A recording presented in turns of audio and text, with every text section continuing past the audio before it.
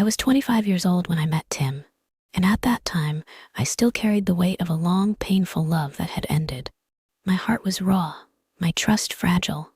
Love, I thought, was something that required years to build, yet minutes to destroy, and I had watched mine crumble before my eyes. That night, I wasn't looking for anything. Not love, not excitement, not even a conversation that lingered past a polite greeting. I was just trying to be present, to let my friends convince me that moving forward was possible. The restaurant was warm, filled with laughter, clinking glasses, and the low hum of conversations overlapping. The scent of grilled steak and fresh bread lingered in the air. The world kept spinning as if my heartbreak had never happened. Then I noticed him. Tim stood near the bar, speaking to someone but not entirely engaged. He was tall, well-dressed, with an air of quiet confidence that made him stand out in a room full of animated voices. His presence wasn't overwhelming, yet it drew attention without effort. He wasn't smiling, but there was something in the way he looked at people. Like he was listening, really listening. I wasn't supposed to care, I wasn't supposed to notice. Yet, when my friend Olivia nudged me and whispered, "He's been looking at you," I felt a pull I hadn't expected. Tim approached our table with the ease of someone who belonged anywhere he stepped. When he spoke, his voice was smooth, deliberate. "Hi, I'm Tim. I don't think we've met before." Something about his tone, calm, unhurried, made it easy to respond. "Jane." I offered a polite smile, nothing more. But Tim didn't push. He didn't flood the conversation with flattery or insistence. He simply stayed. He listened. And when he spoke, it was in a way that made me feel as if I were the only one in the room worth talking to. "You don't seem like you want to be here." His words weren't accusatory, just observant. I hesitated. "I'm here because Olivia dragged me out. Apparently, I need to start enjoying life again." His expression softened. "Recovering from something?" I nodded but didn't elaborate. I expected him to pivot the conversation, to retreat at the first sign of emotional baggage. But he didn't. Instead, he said, "I won't tell you life gets better overnight, but at least let me get you a drink while you're here." That was how it started. A drink turned into an effortless conversation. I was used to rehearsing charm, to men who filled silences with compliments they thought women wanted to hear. But Tim was different. He was observant, thoughtful, the kind of man who didn't rush his words. He had this way of making you feel safe, even when you didn't realize you needed safety.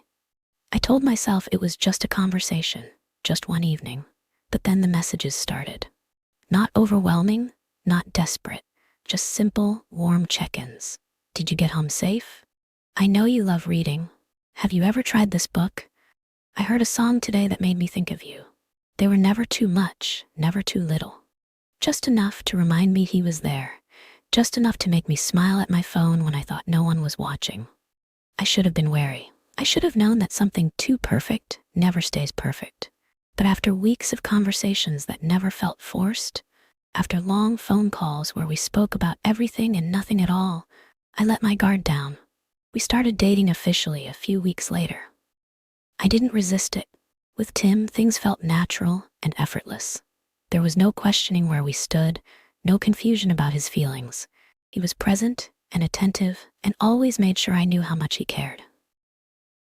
For the first time in a long time, I let myself believe in something good again. Then 6 months in, on a crisp autumn evening under fairy lights and the soft hum of a jazz band in the background, Tim proposed.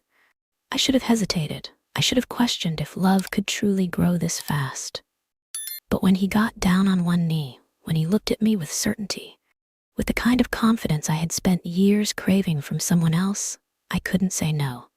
Because at that moment, I truly believed I had found the man who would never hurt me. I said yes, and for a brief, fleeting time, I thought I had made the best decision of my life. The first few months of marriage felt like a dream, one that I never wanted to wake up from. Tim was everything I had hoped for, everything I had convinced myself I deserved after years of heartbreak. He was present and attentive and made me feel like I was the center of his world. Every morning he would wake up before me, press a soft kiss to my forehead, and whisper something sweet before heading to work. "Sleep a little longer. You looked peaceful." Or, "I can't wait to see you tonight." Simple words, but ones that made my heart feel full. Evenings were our favorite time together. He would come home, loosen his tie, and pull me into his arms as if he had been waiting all day for that moment. Some nights we would cook together, laughing as we argued about whether the pasta needed more salt. Other nights, we would curl up on the couch, watching old movies, his arm draped lazily over my shoulder, his fingers occasionally brushing against my skin. He paid attention to things no one had ever noticed before. One chilly evening, after a long day at work, I walked into our bedroom to find a thick, plush blanket spread across the bed, still warm as if it had been freshly taken from the dryer. A small note sat on my pillow. "I know you always get cold at night. Stay warm, love." It was gestures like these that made me believe I had found something rare, something unbreakable. Love that was thoughtful, patient, and secure. And it wasn't just words. He showed it in every possible way. He remembered my coffee order without asking. He noticed when I was tired and massaged my shoulders without needing to be told. He left sticky notes in my purse with inside jokes from our late-night conversations. I soaked in every bit of it, let it fill all the spaces inside me that had once felt hollow. One night, after watching a movie together, I turned to him and asked, "Do you ever think about the future? About us, years from now?" He smiled, but there was something unreadable in his expression. "Of course," he said easily, pulling me closer. "I think about spending every day with you." His words were warm and reassuring, but something about the way he said them, vague, non-specific, made a small thought creep into the back of my mind. So I pushed a little further. Like, having kids someday, building a home together? His fingers traced small circles on my arm as he stared at the ceiling. "We have time," he said after a pause. "Let's just enjoy what we have now." I let it go. After all, we had only been married for a short time. Maybe he just wasn't ready to plan too far ahead. Maybe he was the type of man who lived in the present, and maybe that wasn't a bad thing. But as time went on, little things started to stand out. I would mention wanting to start saving for a house, and he would nod absent-mindedly, but never bring it up again. When we passed by a family at the park, I would smile and say, "Someday that will be us." He would chuckle, but never add to the thought. Whenever the conversation veered into the future, into commitments that stretched beyond the next few months, he would always find a way to steer it elsewhere. At first, I told myself I was overthinking. He had married me, hadn't he? That meant he saw a future with me. But deep down, a quiet voice whispered that marriage and permanence were not the same thing. Still, I didn't press too hard. The love he gave me in the present felt so abundant that I didn't want to spoil it by chasing answers he wasn't ready to give. One evening, while tidying up the kitchen, I found a small velvet box in one of the drawers. My heart leaped for a second. A gift? Maybe he had bought something for me, a surprise just like the little things he always did. I opened it. Inside there was a beautiful silver necklace, but it wasn't new, it had already been worn. Confused, I turned it over in my hand. There was an engraving on the back. "To M with love." My stomach tightened. I had never seen this before, and I wasn't M. I closed the box, placed it exactly where I had found it, and forced myself to breathe. It didn't mean anything. Maybe it was a keepsake, something from his past. Maybe he had forgotten about it. I told myself there was no reason to ask. After all, he was good to me, wasn't he? That night, when he came home, he kissed me on the cheek as usual, oblivious to the thoughts swirling in my head. And I told myself what I had told myself so many times before. Don't ruin this. You're happy. Just let it be. And so I did. For a while. At first, it was subtle. So subtle that I almost convinced myself it wasn't happening at all. Tim was getting home later than usual. Not absurdly late, just enough for it to feel different. The first few times, I didn't think much of it. Work had always been demanding for him, and I wasn't the kind of wife to demand explanations for every extra hour spent at the office. But then it became a pattern. It started with a few evenings a week, then gradually turned into most nights.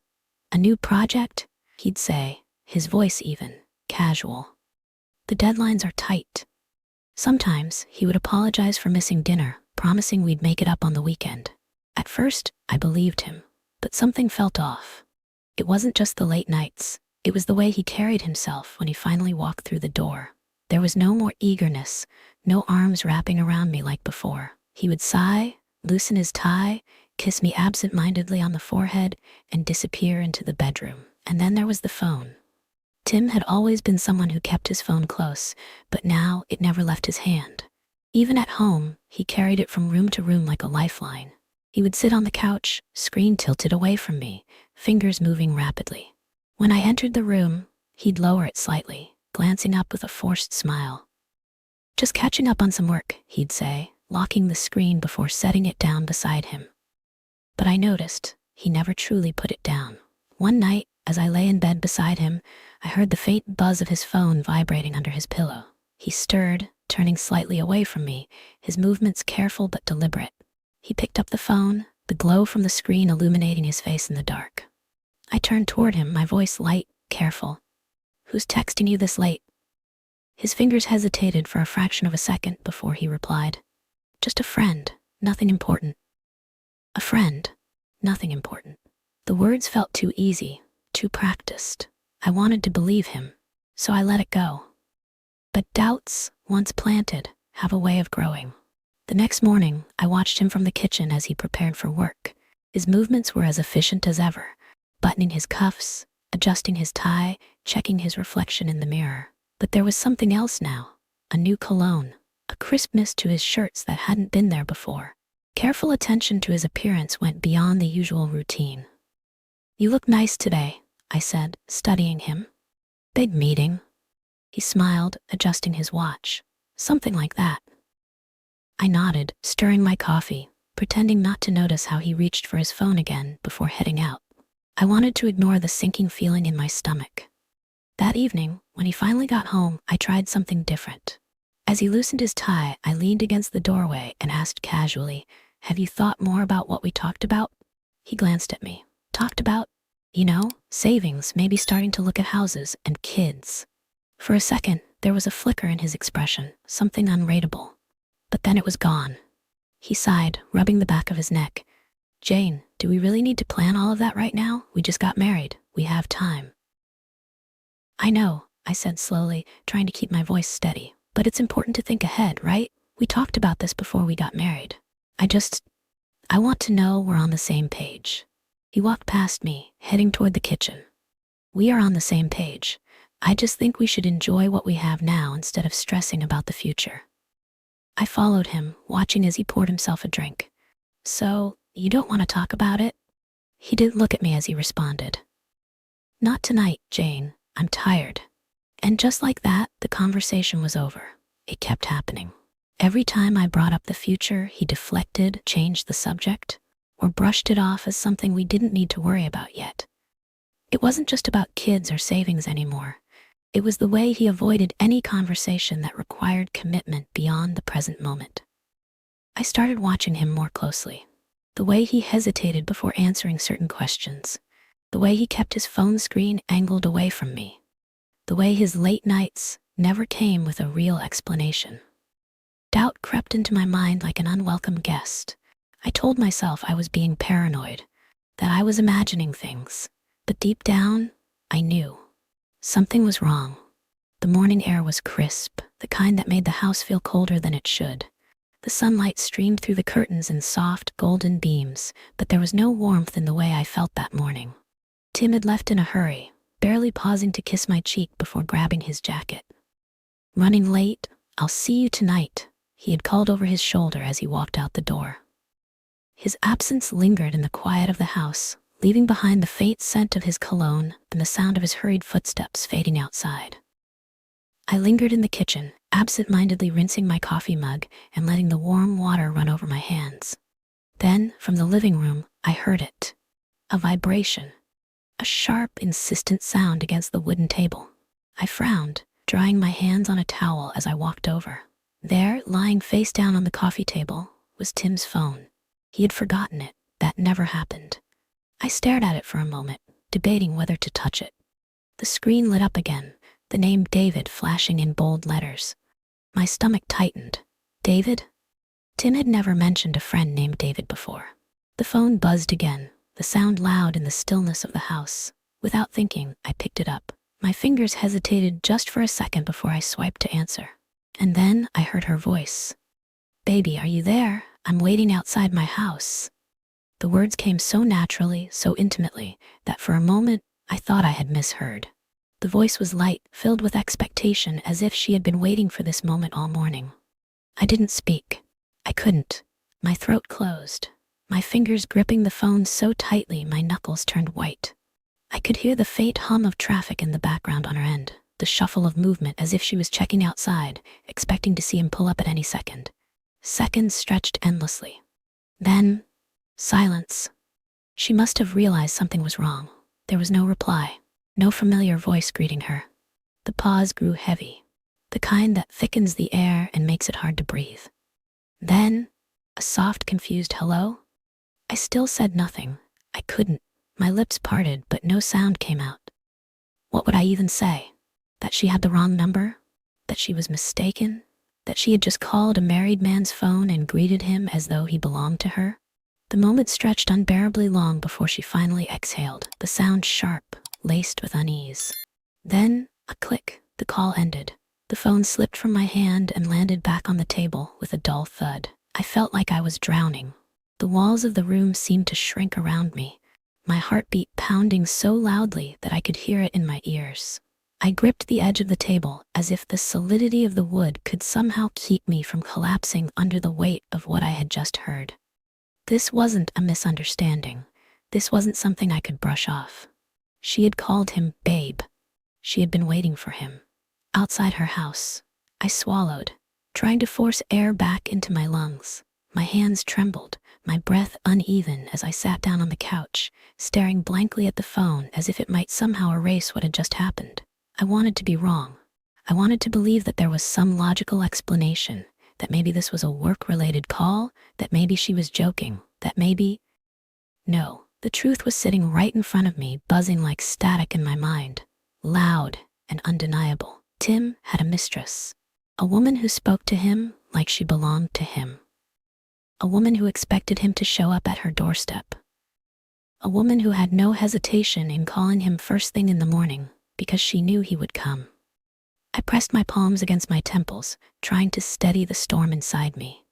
My breathing was shallow, my chest tight. I wanted to scream. I wanted to throw the phone against the wall to hear it shatter into pieces the way my heart felt like it had. But instead, I did nothing. I sat there frozen, staring at the phone as if it were some foreign object I had never seen before.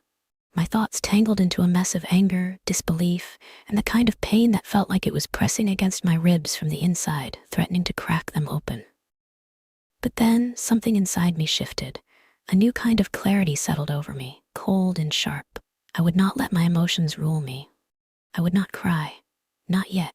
I took a deep breath and straightened my posture, my fingers smoothing out the fabric of my sweater as I willed my hands to stop shaking. I reached for Tim's phone again, my thumb hovering over the screen. My first instinct was to check his messages and his call logs to see just how deep this betrayal ran. But no, not yet. I wasn't going to react blindly, not until I knew everything, not until I had all the pieces. Slowly, I set the phone down, back in its original position. I stood up, moving with purpose now, my movements deliberate, controlled. I walked to the mirror near the hallway and met my own reflection. My face was pale, my eyes wide, but I looked at myself like I was seeing a different version of me. This wasn't a woman who was about to break. This was a woman who was about to uncover the truth. And when I did, Tim would have nowhere left to hide. The silence in the house was suffocating, the kind that made even the faintest sound seem deafening. The phone still lay on the coffee table, exactly where I had placed it after the call had ended. My mind was still reeling, but my body had already settled into something colder, something controlled. I had made a decision. I wasn't going to confront him. Not yet. I would wait. And just as that thought solidified in my mind, I heard it. The sound of hurried footsteps approaching the door. My stomach clenched. Tim was back. It was too soon for a forgotten phone to warrant a return trip. Normally, he would have just gone to work and texted me later to bring it to him if he really needed it.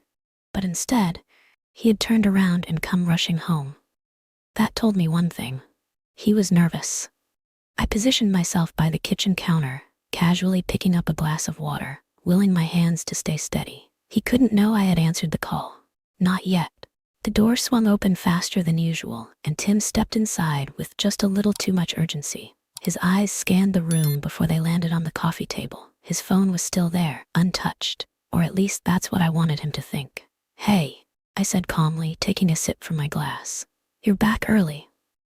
His smile was too tight, his attempt at nonchalance too rehearsed. "Yeah, I forgot my phone." He walked toward it, but his movements weren't smooth like they usually were. There was tension in the way he reached for the device, fingers gripping it tighter than necessary. I watched him, my expression unreadable.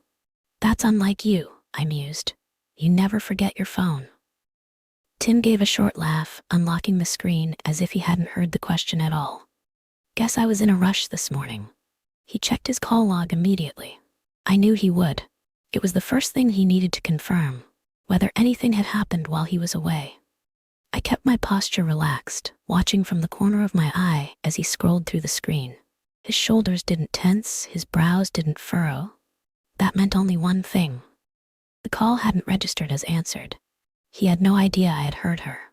I tilted my head, studying his face. "Is something wrong?" He looked up too quickly, slipping his phone into his pocket. "No, nothing. Just checking something for work." Liar. But I only smiled, setting my glass down. "Well, I'm glad you got it back. Wouldn't want you missing anything important." Something flickered across his face, just for a split second. Suspicion? Unease? It was gone before I could pin it down. He was watching me too, trying to figure out if I was acting differently, if I had seen something I shouldn't have. But I had been too careful, too composed. After a moment, he exhaled, nodding. "All right, I should get going. I'll see you later?" "Of course," I said, smiling softly. He hesitated before leaving, his eyes lingering on me for a beat too long, but I held my ground. He turned and walked out the door, closing it behind him with just a little more force than necessary. I waited until I heard his car pull away before I let out a slow breath. He didn't know. He suspected something, but he didn't know. At work, Tim's unease grew by the minute. He sat at his desk, phone in his hand, but his focus wasn't on the computer screen in front of him. His mind was stuck on one thing, the call. Had someone answered? No. If Jane had picked up, she would have said something. She would have confronted him immediately. Right? Still, something felt wrong. He pulled up his recent calls, staring at the unanswered entry. It looked normal, but why did he feel like something was off? He hesitated before clicking on the contact and dialing back. The phone rang once, twice, then, "Tim, what happened this morning?" Her voice was lower now, tinged with confusion. Tim swallowed hard. "What do you mean?" "I called you. Someone picked up, but they didn't say anything." His grip on the phone tightened. A chill ran down his spine. Someone had picked up. Jane had picked up. The realization hit him like a fist to the gut. She knew, or at least she knew something. His heart pounded as he forced his voice to remain steady. "It must have been a mistake. I left my phone at home. Maybe it just answered by accident." Silence, then a soft sigh. "Are you sure?" "Of course," he said too quickly. "If Jane knew anything, she would have confronted me by now, wouldn't she?" His mind raced back to that moment in the house, the way she looked at him, the way she asked so casually why he had forgotten his phone. Had there been something in her tone? No. He was imagining things. Jane wasn't the type to stay quiet if something was wrong. If she knew, she would have said something. He forced a chuckle. "Don't worry, everything's fine. I'll see you later, okay?" She hesitated before murmuring, "Okay." Tim ended the call, setting his phone down, but his hands felt clammy. He tried to focus on the spreadsheets in front of him, the emails waiting for his response, but a new fear had settled in his chest. A fear that he couldn't shake. A fear that Jane wasn't as clueless as he had thought. The evening stretched on longer than it should have, the quiet wrapping itself around the house like an unwelcome guest. I sat at the dining table, my fingers tracing absent-mindedly over the rim of my untouched glass of water. The weight of what I had learned earlier that day pressed against my chest, but I forced myself to remain still. Tim sat across from me, flipping through his phone, occasionally glancing at me as if waiting for something. An accusation, a confrontation, anything. But I gave him nothing. He didn't know that I had heard her voice. He didn't know that the moment she had called him Anyo, something inside me had shattered beyond repair. But I didn't want his excuses. I didn't want his half-hearted apologies, the ones that would be whispered into my ear at night, promising that nothing was as it seemed. I wanted the truth, and I knew that silence would bring it to me faster than any argument ever could. Tim cleared his throat, shifting in his chair. "You're quiet tonight." I lifted my gaze from my glass and met his eyes. He looked calm, composed, but there was something else beneath the surface. A tightness in his shoulders, the way his fingers twitched slightly as he held his phone. He was waiting for my reaction, testing the waters. I exhaled slowly, leaning back in my chair. "Tim." His name left my lips softer than I intended, but it was enough to make him straighten slightly. "Do you love me?" It was the first time I had ever asked him that. Not in a playful way, not in the casual, everyday reassurances that couples exchange out of habit. This was different. This was me holding my breath, asking for something that I already knew the answer to. For a moment, he just stared at me. Then he blinked, a faint smile tugging at his lips, forced, practiced. "Jane, you are the best wife a man could ever have." Not yet. Not "I love you." Just that. The words landed in the space between us like a dull thud, and suddenly, the air felt heavier. I nodded once as if his answer had confirmed something I had been waiting to hear for a long time. And in that moment, I knew. Tim didn't love me anymore. Maybe he had once. Maybe he had meant it when he had looked at me under the glow of fairy lights and asked me to be his wife. Maybe there had been a time when I had been enough. But that time had passed. And now, I was just something convenient. That night, I lay beside him in bed, staring at the ceiling, listening to the sound of his breathing. I didn't cry. The tears had dried up long ago, replaced with something colder, sharper. I had spent months ignoring the signs, convincing myself that I was just imagining things. Not anymore. Tim had given me my answer. He didn't lie. He just chose his words carefully, like a man who wanted to avoid a fight he knew he couldn't win. But that was fine, because I had made a choice too. I wouldn't ask again. Instead, I would find my own answers. The following days were different. I no longer clung to his words, no longer looked for warmth in his touch. Instead, I observed. I listened. I waited.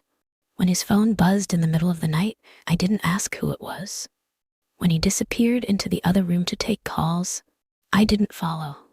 When he came home smelling like expensive perfume that wasn't mine, I didn't flinch. Instead, I documented everything. I started with his phone. I knew his password. He had given it to me months ago, back when secrets weren't something he thought he needed to hide. I waited until he was in the shower one evening before I picked it up, my fingers steady as I scrolled through his messages. There she was. The messages weren't long, but they didn't need to be. "I miss you. Last night was amazing. When will I see you again?" Some messages were deleted, leaving behind gaps in the conversation. But it didn't matter. I had enough. I took screenshots, sent them to my own phone, and deleted the evidence. Then I moved to his bank statements. I didn't want his money. That wasn't the point. But I wanted to know how much of our life, our home, our marriage, had been funding his affair. Hotel bookings, expensive dinners, jewelry I had never received. I checked his GPS history next. Late nights at unfamiliar addresses, a pattern that repeated itself week after week. Every piece of evidence fit together like a puzzle, painting a picture that I could no longer ignore. Tim was having an affair. And worse, he wasn't even trying to hide it anymore. Over the next week, something in the house shifted. I no longer reached for his hand when we passed each other in the hallway. I no longer asked if he wanted coffee in the morning. I no longer kissed him goodbye when he left for work. Tim noticed. I could see it in the way his eyes lingered on me for a beat too long, the way he hesitated before speaking as if gauging whether or not I knew. But he never asked. Because in some way he already knew the answer. He knew I had changed. He knew I had seen the truth, and yet he did nothing. He didn't try to explain. He didn't try to fix things. Because deep down, Tim had already accepted that our marriage was crumbling. And he was letting it happen. The house felt heavier that night. Not in a way that could be seen, but in a way that settled in my chest, pressing down like an invisible weight. I moved through the routine of our evening, setting the plates on the table, eating dinner in silence, washing the dishes with my back turned to him. Tim barely spoke, and when he did, his words were empty. They filled the space between us like static noise, insignificant and meaningless. I had spent days collecting the truth, storing it piece by piece in my mind, in my phone, in the quiet spaces between us. And yet, he had said nothing. He knew I had changed. He could feel the shift in the air. And still, he remained silent. That night, as I pulled the covers over myself, the weight in my chest grew unbearable. I turned my head slightly, watching as Tim sat on the edge of the bed, scrolling through his phone. His face was illuminated by the cold glow of the screen, his fingers moving effortlessly, detached, distant. I swallowed, my throat dry. My voice came out softer than I had intended. "Do you have anything you want to tell me?" It wasn't a trick question. I didn't ask with accusation in my tone. I didn't challenge him, didn't push. It was a simple question, one that hung in the space between us. Waiting, Tim's fingers stilled for a moment, just a fraction of a second. He didn't look at me immediately. Instead, he let the silence stretch, as if considering his response, as if deciding whether the truth was worth speaking. Then, without hesitation, he shook his head. No, one word. One single word that stripped me of the last bit of hope I had been holding on to. I didn't move. I didn't speak. I just stared at him, at the man I had once believed would protect me from every pain, and realized that he was now the one causing the deepest wound. I turned my back to him, curling into myself. The tears came before I could stop them, slipping down my cheeks and soaking into the pillow beneath me. I didn't sob. I didn't make a sound. But he knew. I felt the shift in the bed, the way he stiffened, the way his breathing changed. And then I heard it. The sound of the television clicking on. The volume was low at first, but then it grew louder. And louder. Tim wasn't trying to comfort me. He was trying to drown me out. The realization sliced through me like a cold blade. I squeezed my eyes shut, my fingers clutching the blanket, trying to steady the storm inside me. But it was too late. I wasn't just sad. I wasn't just heartbroken. I was done. At that moment, I knew whatever love I had left for Tim, whatever thread of emotion that had kept me holding on, was gone. Because when a man truly loves you, he doesn't ignore your pain. He doesn't choose silence. He doesn't turn up the volume to make sure he doesn't have to hear you cry. Tim had made his choice. And now, I would make mine. I let the tears fall freely, not because I was weak, but because this was the last time I would ever cry for him. Tomorrow, I would begin again. Without him. The house was quiet, not the peaceful kind of quiet, but the kind that suffocates, that presses against your skin like a weight you can't shake off. I sat at the dining table, the overhead light casting long shadows across the room. In front of me, neatly stacked, lay the truth. Pages of printed messages, screenshots of calls, receipts of hotel stays, and financial statements showing gifts I had never received. Every single lie is documented. Every betrayal in ink and numbers. I ran my fingers along the edge of the papers, steadying my breath. This was it, the end.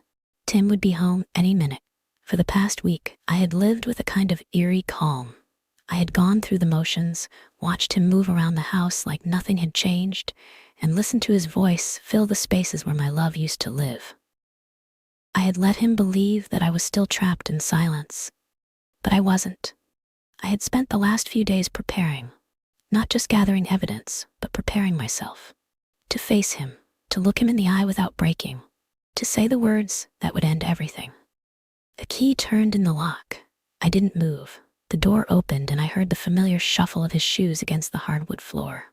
"Jane?" His voice was casual, as if this was any other evening, as if we were just another couple settling in for the night. "I'm here." My voice was even, controlled.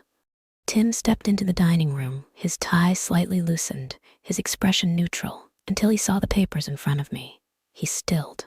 Not a full stop, but a subtle hesitation. The kind that comes when you recognize danger but aren't sure if it's real yet. His eyes flickered from me to the table, processing, calculating. "Sit down," I said, my tone unreadable. "We need to talk." Tim didn't move at first. His fingers curled slightly at his sides, his breathing shallow. "Jane, what's going on?" I gestured to the chair across from me. "Sit." Slowly, he obeyed, lowering himself into the seat. His posture was stiff, his hands resting on his knees as if bracing himself. For a few seconds, I just looked at him.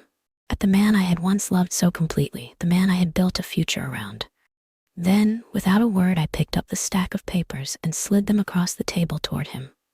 "Go ahead," I said, my voice steady. "Take a look." Tim's Adam's apple bobbed as he swallowed. He hesitated before reaching for the documents, his fingers gripping the edges tightly. The first page held screenshots of messages, her name, her words, his replies. His eyes scanned them quickly, and I saw it, the way his jaw clenched, the way his fingers twitched. He flipped to the next page. Hotel receipts, transaction records, places he had been when he told me he was working late. His face drained of color. I didn't blink. I didn't flinch. I just watched him. When he finally looked up, his lips parted slightly, but no words came because there was nothing to say. He had been caught, completely, irrefutably. I leaned forward, pulling another piece of paper from my lap and placing it on top of the stack. The divorce papers. His eyes widened. "Sign it." My voice was calm. "My lawyer will handle the rest." He exhaled sharply as if the air had been punched from his lungs. "Jane." I shook my head. "No." His mouth snapped shut. For a moment he just stared at me, searching, looking for weakness, looking for an opening, a way out. But there was none. His hands curled into fists. His breathing was uneven now, panic creeping into his expression. "Jane, please, we can talk about this." "There's nothing to talk about." Silence. Tim leaned back in his chair, rubbing a hand down his face. His shoulders sagged slightly, defeat settling over him like a weight. He knew. There was no fixing this, no taking it back. He could lie, he could beg, he could tell me all the things I had once longed to hear. But it was too late. I was already gone. Tim let out a shaky breath, his fingers hovering over the papers. "You really want this?" I tilted my head slightly. "Did you really love me?" He flinched. We both knew the answer. After a long pause, he picked up the pen. His fingers trembled slightly, his breathing uneven as he pressed the tip to the paper. I watched as he signed his name. And with that, it was over. I stood up, picking up the papers. My hands didn't shake. My voice didn't falter. Tim looked at me, his eyes filled with something unreadable. Regret? Guilt? It didn't matter anymore. I turned toward the door, pausing only for a second. "You never had to say it, Tim." I knew. My voice was quiet, final. "You stopped loving me a long time ago." Then I walked away, leaving behind the only thing that had ever truly broken me. The silence between us stretched longer than it ever had before. Tim didn't speak. He didn't reach for me. He didn't ask me to stay. And somehow that was worse than if he had begged. I sat there for a moment, staring at the man who had once meant everything to me. He looked smaller now, like someone who had already accepted his fate long before this moment arrived. His hands rested on the table, fingers slightly curled, but he made no move toward the divorce papers, no attempt to undo what had already been done. I had thought there would be anger, a desperate plea, a half-hearted excuse, at least. But instead, he just sat there, his eyes unreadable, as if he had nothing left to say. And neither did I. I exhaled slowly and stood up. The suitcase was already packed. It had been for days. I had hidden it in the back of our closet, behind the coats we never wore, behind the memories we no longer shared. I had spent nights carefully folding clothes, placing them into neat stacks, making sure I had everything I needed. Because I knew. The moment Tim signed those papers, I wouldn't stay a second longer. I walked past him, the suitcase rolling quietly behind me. He didn't stop me. He didn't even turn his head. I reached the front door and paused, my fingers tightening around the handle. The air in the house felt heavier than ever, as if all the years we had spent together had condensed into this one final moment. I turned around. Tim was still seated at the table, staring at the divorce papers, but not reading them. His expression was distant, like a man who had lost something but didn't have the strength to reach for it. I met his eyes one last time. "You don't think you did anything wrong, do you?" My voice was quiet, steady. His jaw tensed slightly, but he didn't respond. I nodded, a bitter smile tugging at my lips. "Of course you don't." I let the silence sit between us, let the weight of my words settle in before I spoke again. "You didn't betray me because you hated me. You didn't even betray me because you wanted someone else." I tilted my head slightly, watching the way his fingers twitched against the edge of the table. "You betrayed me because you stopped loving me, and you never had the courage to say it out loud." Something flickered in his eyes, recognition. A sharp exhale left his lips, and for the briefest moment, I wondered if he would finally say something real. But then, just as quickly, the moment passed. He swallowed, his gaze shifting downward, staring at the table as if looking at me was too much effort. And that told me everything I needed to know. I didn't wait for a response. I turned back to the door, my hand gripping the handle tightly. I had imagined this moment so many times, playing out different versions of how it would end. I had imagined a fight, imagined screaming, imagined him grabbing my wrist and asking for one more chance. I had imagined 1,000 emotions flooding my chest, making it hard to breathe. But in the end, there was only one feeling left: relief. I opened the door. A gust of cold air rushed in, hitting my skin like a whisper of freedom. I stepped outside, rolling the suitcase behind me. And before I could hesitate, before I could give myself a chance to look back, I shut the door. The sound echoed through the hallway, final and absolute. And I never turned around. As Jane stepped away from the house that had once been her home, she didn't feel broken. She didn't feel anger or bitterness clawing at her chest. She had already grieved the loss of this marriage long before this moment. There was no need for revenge, no need for screaming or destruction. In the end, the greatest punishment for a man like Tim wasn't an argument, nor was it hatred. It was losing her forever. He would wake up one day in an empty house, in a life devoid of her presence, and realize that he had once held something rare, something genuine, and he had let it slip away. But that wasn't Jane's burden to carry anymore. She had loved with all her heart, and when love was no longer returned, she had the strength to walk away with her dignity intact. That was the difference between them. She didn't need closure from him because leaving was the closure. With every step she took, she felt lighter. The past was behind her, locked away like a chapter she no longer needed to revisit. Ahead of her was a future of possibilities, of rediscovering herself, of love that would never require proof. Because love, real love, should never have to beg to be chosen. And so she closed the door on her past and walked forward without ever looking back. Thank you for watching this story. If Jane's journey resonated with you, don't forget to like this video and subscribe to the channel for more stories that inspire strength, resilience, and self-worth. Your support means the world, and we'd love to hear your thoughts in the comments below. See you in the next one.